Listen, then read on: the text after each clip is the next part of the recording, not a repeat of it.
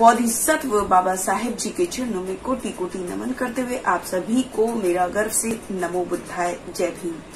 साथियों, हम बात कर रहे हैं बुद्ध और उनके धम्म की।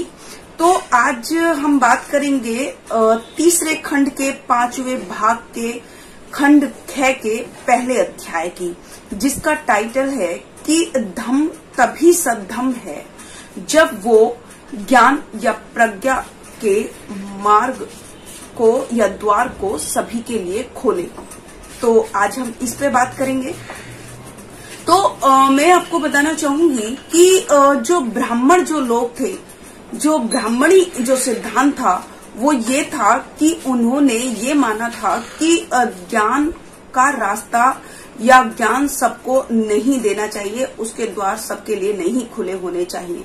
ज्ञान को उन्होंने कुछ लोगों तक ही सीमित रखा था, जैसे कि ब्राह्मण, क्षत्रिय, वैश्य सिर्फ यही ज्ञान ले सकते थे। और इनकी जो स्त्रियां थी कि चाहे वो ब्राह्मण जाति की हों, चाहे क्षत्रिय जाति की हों, चाहे वैश्य की हों, और चाहे शूद्र हों, और शूद्रों की भी स्त्रियां, यानी कि चारों वर्णों की स्त्रियां और चौथा वर्ण शूद्र, ये शिक्षा नहीं ले सकते थे। इनको शिक्षा लेने का अधिकार नहीं था। यहाँ तक कि उनको साक्षर होने का अधिकार भी इन लोगों ने नहीं दिया था। उनसे सभी तरह का अधिकार इन लोगों ने छीना हुआ था। जो ब्राह्मणी सिद्धांत था, जो ब्राह्मणों का जो वेदों में, पुराणों में जो लिखे हुए थे, वो सब यही थे कि चारों स्त्रियों को तो चारों वर्णों की को शिक्षा नहीं मिलेगी और शूद्रों को भी शिक्षा नहीं देनी चाहिए। ये इनके सिद्धांत में था। अब तथागत बुद्ध ने इस सिद्धांत का इनका कड़ा विरोध किया और इसके ऊपर विद्रोह किया उन्होंने। जब उन्होंने इसका कड़ा विरोध किया तो लेकिन तथागत बुद्ध ये चाहते थे कि ज्ञान का मार्ग सभी के लिए खुला होना चाहिए, ज्ञान का द्वार सभी स्त्रियों के लिए और सब शूद्रों के लिए भी उतना ही खुला होना चाहिए जितना कि ब्राह्मण, क्षत्रिय, वैश्य को है।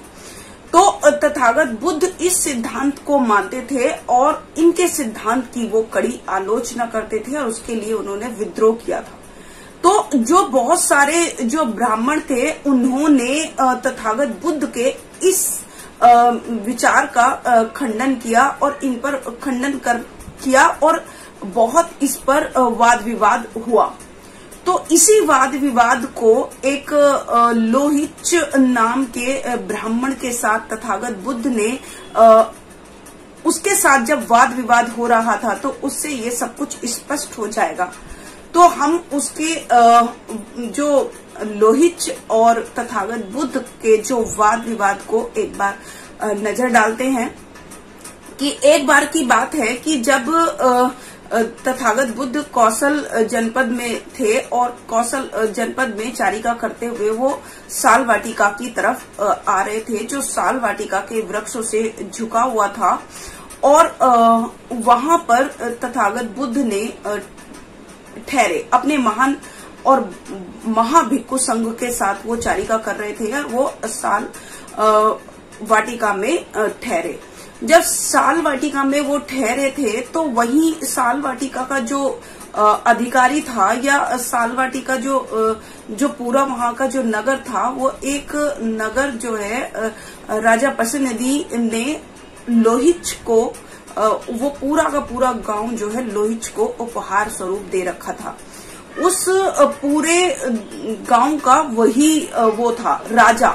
जिस तरीके से कौशल जनपद का और काशी का राजा प्रसन्नदी अधिकारी थे, उन पर उसका राज्य था, अधिकार था, वैसे ही साल वाटिका पर लोहिच का अधिकार था।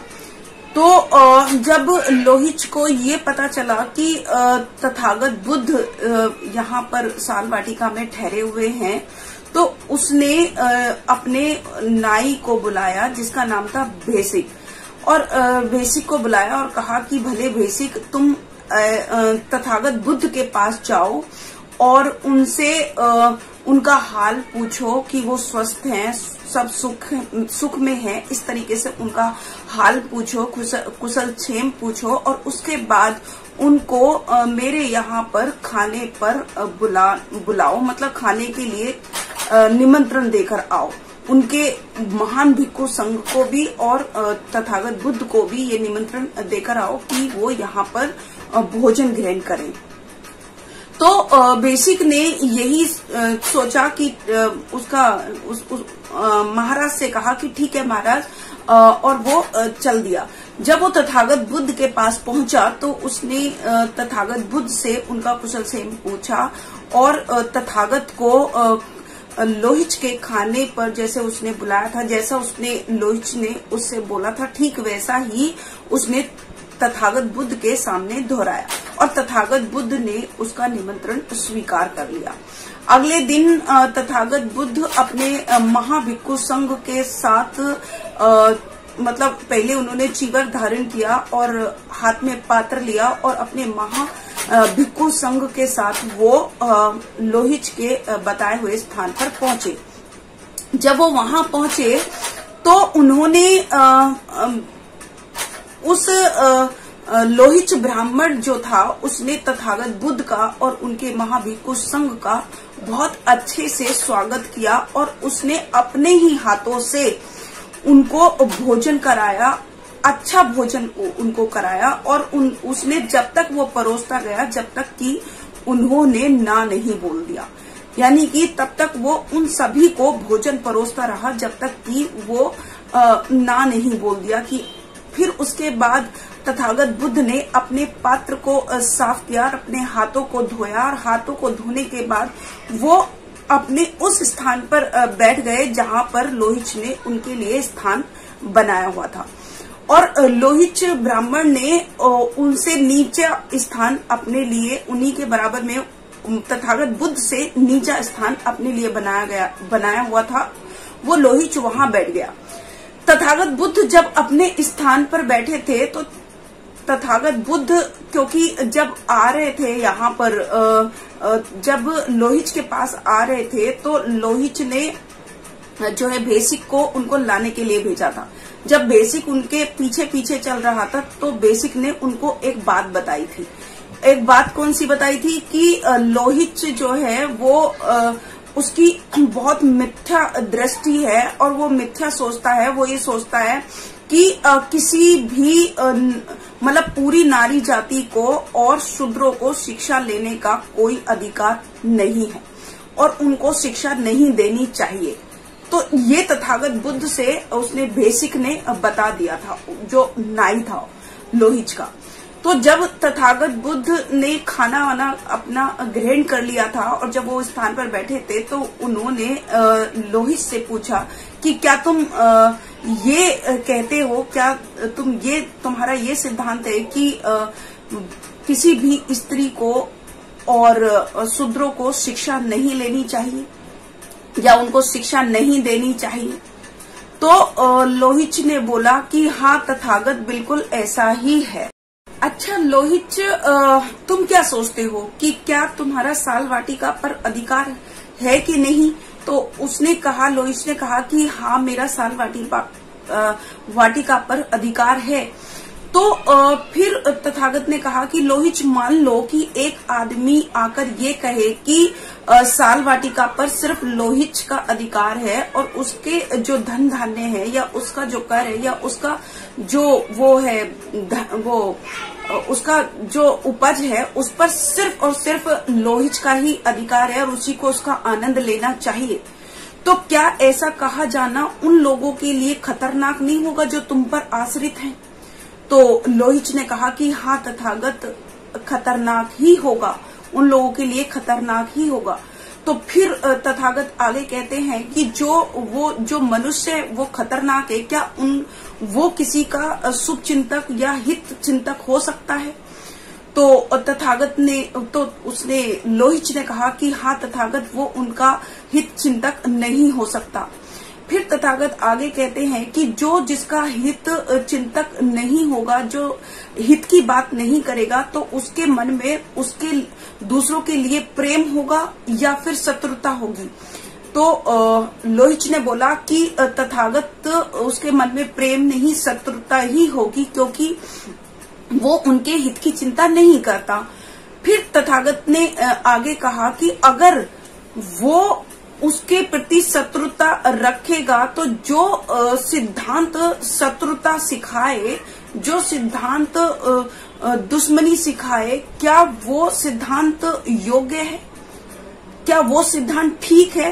तो लोहिच ने कहा कि नहीं तथागत, वो सिद्धांत सही नहीं है जो शत्रुता सिखाए।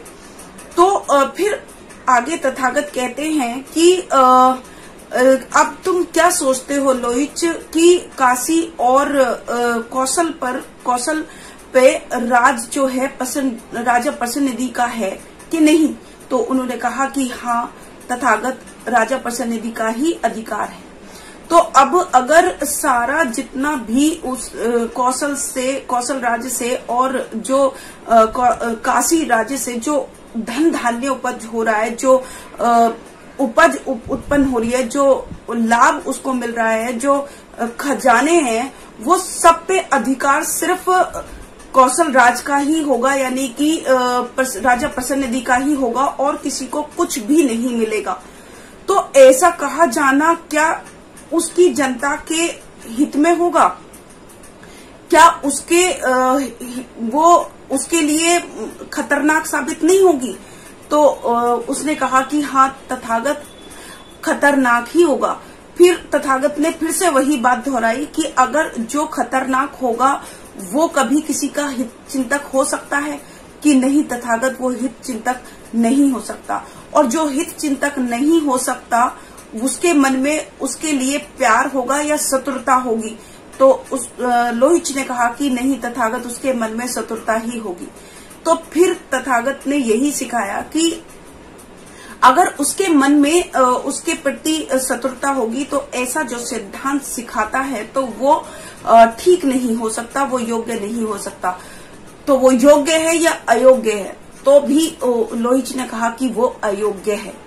तो इसी प्रकार फिर तथागत ने कहा कि ठीक इसी प्रकार अगर तुम्हारे पास शिक्षा का अधिकार है और अगर कोई एक व्यक्ति ये कह दे कि किसी दूसरे को शिक्षा नहीं मिलेगी या उसको विद्या नहीं मिलेगी तो वो उसके लिए खतरनाक होगा, वो उसके लिए दुश्मन होगा, वो उसके लिए हितचिंतक नहीं होगा। इसीलिए तथागत बुद्ध के जो विचार थे उनसे वो लोहिच बिल्कुल शांत हो गया। उसने कहा कि हाँ तथागत, आप जैसा कह रहे हैं वैसा ही है। तो इसीलिए तथागत बुद्ध ने शिक्षा के और प्रज्ञा के मार्ग द्वार सभी के लिए खोले। उन्होंने कहा कि जितना अधिकार शिक्षा का ब्राह्मण और क्षत्रिय और वैश्यों को है उतना ही अधिकार शिक्षा का शूद्रों को भी है। तो उसके बाद तथागत बुद्ध ने ये कहा कि जितनी भी नारी जाति है, चाहे वो ब्राह्मण वर्ण की हो, चाहे क्षत्रिय की हो, चाहे वैश्य की हो, चाहे शूद्र की हो और चाहे शूद्र हो, उन सभी को शिक्षा लेने का पूर्ण अधिकार होना चाहिए। इसीलिए तथागत बुद्ध ने सभी को शिक्षा दी, चाहे वो किसी भी जाति की हो, चाहे वो किसी भी वर्ण की हो, चाहे वो कोई भी हो, सबको तथागत बुद्ध ने सबके लिए शिक्षा के मार्ग खोले। और बाबा साहेब लिखते हैं कि तथागत बुद्ध सबके लिए शिक्षा के लिए बहुत उन्होंने जोर दिया और उन्होंने बहुत सारे भिक्खुनी उनके धाम में बनी, बहुत सारी भिक्खुनियों को उन्होंने दीक्षा दी। तो ये जो हमारा अध्याय है वो यही सिखाता है, यही धम्म उपदेश तथागत बुद्ध ने दिया कि शिक्षा और प्रज्ञा, ये जो प्रज्ञा का जो द्वार है वो सभी के लिए खुला होना चाहिए। और धम्म तभी सद्धम्म कहलाएगा जब वो शिक्षा के द्वार सभी के लिए खोले। तो आज का जो हमारा चैप्टर है वो यही समाप्त होता है। कल फिर से एक नए चैप्टर के साथ आपके सामने उपस्थित होंगी। तब तक के लिए मैं शकुन बौद्ध अपनी वाणी को विराम देती हूँ। आप सभी को मेरा गर्व से नमो बुद्धाय, जय भीम, जय भारत, जय सभी। अगर आपने अभी तक हमारा चैनल सब्सक्राइब नहीं किया है तो सब्सक्राइब करें और घंटी का बटन बिल्कुल भी दबाना ना भूलें ताकि सभी लेटेस्ट खबरें पहुंच सकें आप पे सबसे पहले।